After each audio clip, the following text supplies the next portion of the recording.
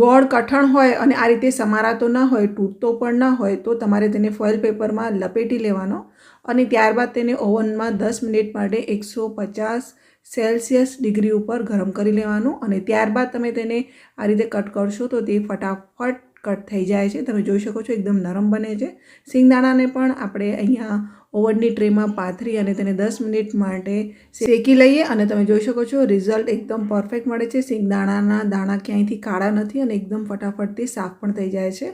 અહીંયા આપણે નાની નાની 3 પ્લેટમાં આ રીતે થોડું થોડું ઓઇલ લગાવી લઈએ અને થોડુંક પાણી કડાઈમાં ઉમેરી તેમાં 1.5 કપ જેટલો સમારેલો ગોળ ઉમેરી અને આ રીતે તેનો પાયો કરવાનો છે. પાકો પાયો થાય એટલે તેમાં 1 પેકેટ ઈનો ઉમેરી મિક્સ કરી તેમાં આ સિંગદાણા ઉમેરી બરોબર ચલાવી લેવાનું છે.